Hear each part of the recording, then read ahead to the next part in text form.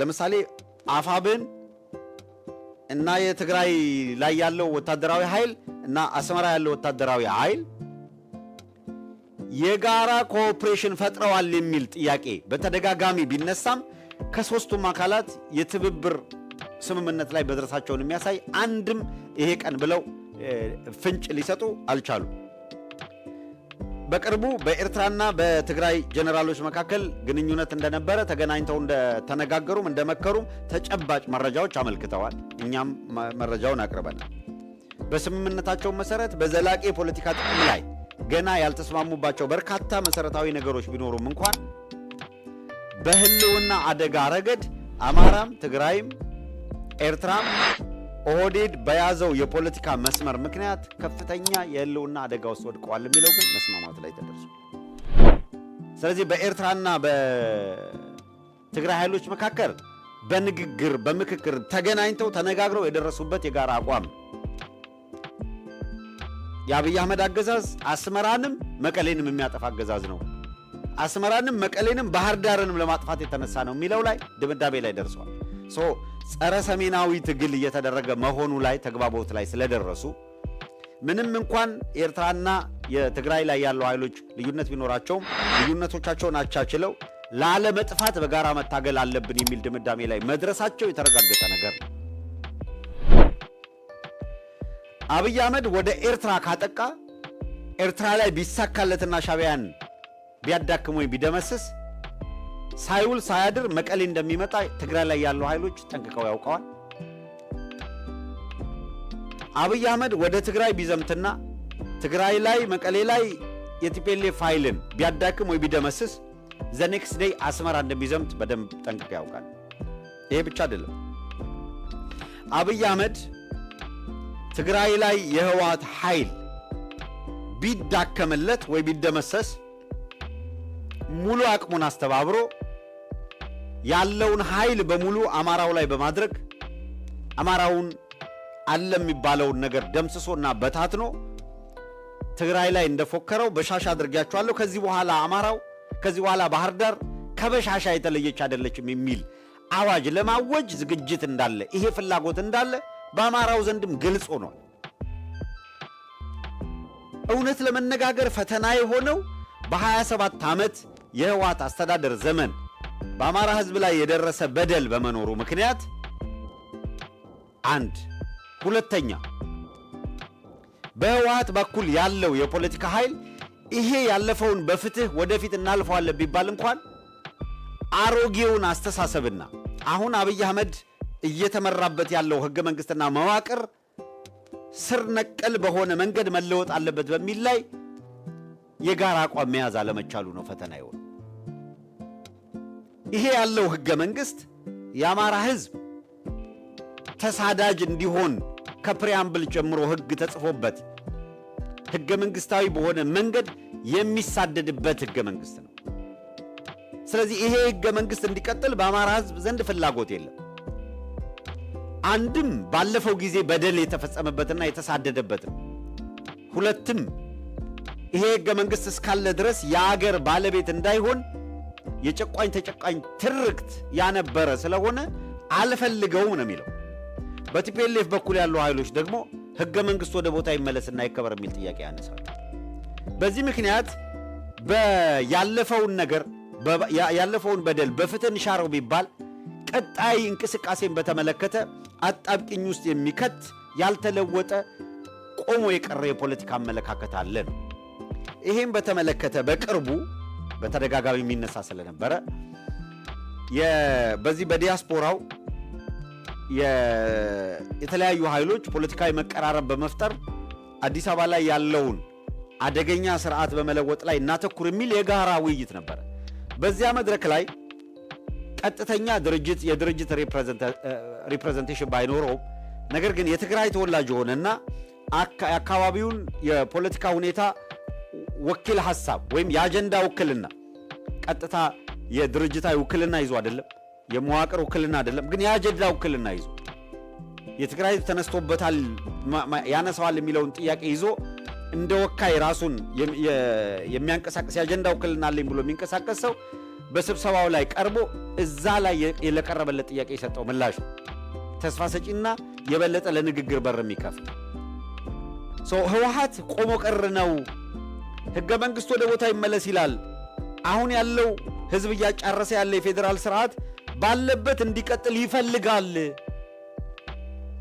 ተብሎ ለቀረበለት ጥያቄ በአንጻሩ ደግሞ የአማራ ህዝብ የህገ መንግስት የተገደለበት የተሳደደበት አሁንም እየተገደለ የተሳደደበት ያለ ህገ መንግስት የሚባል ህገ አራዊት ነው። የተጻፈበትን ወረቀት አያወጣም፣ ዋጋ አያወጣም። አማራው አይፈልገውም። እናንተ ደግሞ እንፈልገዋለን ካላችሁ በአማራና በእናንተ መካከል ሊፈጠር የሚችል ትብብር የለም።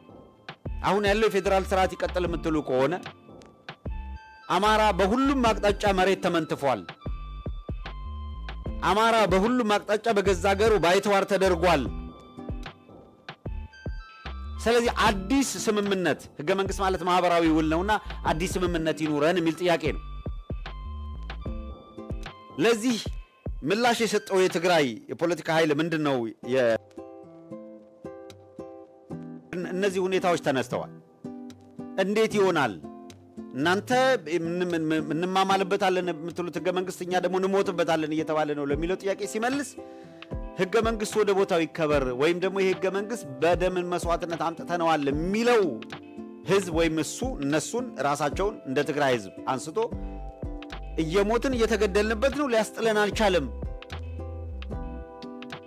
እንደገና ይሄ ህገ መንግስት ተገድዬበታለሁ የሚለው የአማራ ህዝብ እየተገደለበት የኔ ነው የሚለውም የኔ አይደለም የሚለውም ሁለቱም እየተገደሉበት ከሆነ ይሄ ህገ መንግስት ለማን ነው የጠቀመው የሚል ጥያቄ አነሳ። ጎሽ ይሄ ለውይይት በር የሚከፍት ነው። ስለዚህ እየተገደልንበት እየጠፋንበት ነው አልጠቀመንም ካላችሁ አንድ የራሳችሁን ፍላጎትና ስሜት፣ ሁለተኛ የእናንተ ፍላጎት እንዳለ ሁሉ ሌላው አካል ደግሞ ከመሰረቱ ድሮ ተጠቅሜበታለሁ አይደለም ከመሰረቱ ስሳደድበት ነበር አልተጠቀምኩበትም የሚላል የጋራ ሀገር አለን የምንል ከሆነ መሆን የነበረበት እናንተ ከዚህ ህገ መንግስት ስትጎዱ ብቻ ሳይሆን እናንተ ብትጠቀሙበት እንኳን ሌላው ሲጎዳ አይታችሁ እኛ የምንጠቀምበት ግን ሌላው የሚጎዳበት ህገ መንግስት መቀጠል የለበትም ማለት ነበረባችሁ። ያ ሳይሆን ቀርቶ ግን እኛ እየተጎዳን ነው ስንልበት የነበረው ህገ መንግስት ዛሬ ይጠቅመናል፣ እንሞትለታለን፣ እንጠብቀዋለን የምትሉት አልጠበቃችሁም፣ ለሞት ዳርጓችኋል። ስለዚህ ህገ መንግስት ለምንድን ነው መከራከሪያ የሚሆነው? የለም። አንድ ሁለተኛ የፌዴራል ስርዓት የሚባለው ለምን መከራከሪያ ይሆናል? ይሄም መቅረት አለበት። መከራከሪያ መሆኑ መቅረት አለበት። የፌዴራል አወቃቀር ለኢትዮጵያ ያስፈልጋታል። ግን መልክዓ ምድሩ፣ ጂኦግራፊያዊ አቀማመጡ፣ ለአስተዳደር ያለው አመችነት፣ የህዝብ ቋንቋ፣ ስነ ልቦና፣ አሰፋፈር፣ ዓለም አቀፍ የተለያዩ መመዘኛዎች መሰረት ተደርጎ ፌዴራላዊ ስርዓት እንዲኖር ማድረግ ይቻላል። ይሄ በንግግር በውይይት የሚመጣ ነው። ህገ መንግስት ምን አይነት አንቀጽ ሊያካትት ይገባል፣ የትኞቹን ደግሞ ሊያካትት አይገባም የሚለው የተለያዩ አካላት የተለያዩ ፍላጎት ያመጣሉ። ህገ መንግስት በህዝብና በሚያስተዳድረው አካል መካከል የሚፈጠር ማህበራዊ ውል ማለት ነው። የባለስልጣናትን ወይም መንግስት የሚሆነውን አካል ስልጣን የሚገድብ አልቲሜትሊ ሁሉንም ሞኖፖሊ ኦፍ ፓወርን በተመለከተ ለህዝብ የሚሰጥ ነው። የጠቅላይ ሚኒስትር የሚባል እንዲኖር ይፈቅዳል። የጠቅላይ ሚኒስትሩ ስልጣን ግን ገድቦ ይወስናል። የህዝብ ተወካዮች ምክር ቤት የሚባል እንዲኖር ያደርጋል።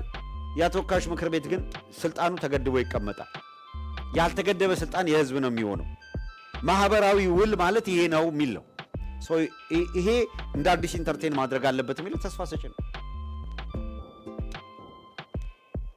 እንደ አጠቃላይ ውጤት አለው ማለት ባይቻልም ግን ተስፋ ሰጪ የሆኑ ለመነጋገር እድል የሚከፍቱ ድርጅት የሚባለው ማካል ሌላ የፖለቲካ ኤሊትም በቃ ከዚህ በኋላ መሰረታዊ ለውጥ እስካልመጣ በኢትዮጵያ ውስጥ ሌላው ነገር ትርጉም የለውም የሚል መግባባት ላይ እንዲደርስ የሚያስችል ነገር ነው ማንሳት የሚገባው።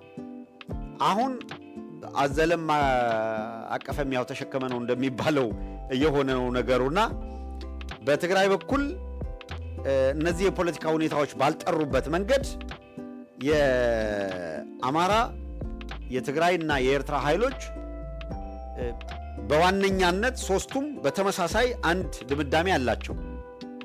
በጋራ ተነጋግረው የያዙት አቋም ስለመሆኑ የሚያሳይ ምንም ማስረጃ ባይኖርም በተናጠል ግን እያንዳንዳቸው ኃይሎች ቀዳሚ ጠላት ፕራየር ጠላት ለምሳሌ ለኤርትራ ቀዳሚ ጠላቱ አሁን የአብይ አህመድ አገዛዝ ነው 4 ኪሎ ያለው የአብይ አህመድ አገዛዝ ነው የሚል ድምዳሜ አለ።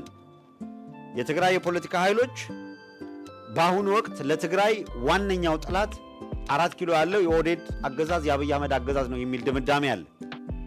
በአሁኑ ወቅት በአማራ የፖለቲካ ኤሊቶችም በአፋብንም በኩል ግልጽ በሆነ መንገድ ከአብይ አህመድ አገዛዝ ቀዳሚ የሆነ ጠላት የለም የሚል የጋራ ድምዳሜ አለ። አስተውሉ።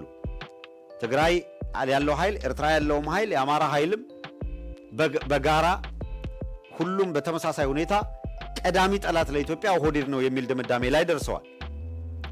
ኦህዴድ ደግሞ እነዚህ ሶስቱን ከገመገመ በኋላ እንዳውም አራተኛ የሱዳኑን አልቡርሃን አምስተኛ የግብፁን የአልሲሲ መንግስት ጨምሮ ከገመገመ በኋላ ከነዚህ ሁሉ ከግብፅም ከሱዳንም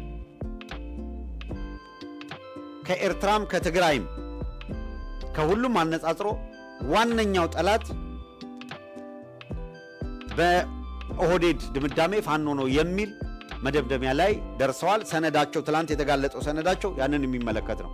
ባይዘው ጭንቅ የሆነባቸው የሰነዱ ክብደት የሰነዱ መግባት የሌለበት እጅ ገብቷል የሚለው የሚያስፈራ ነገር ከዚህ የተነሳ ነው።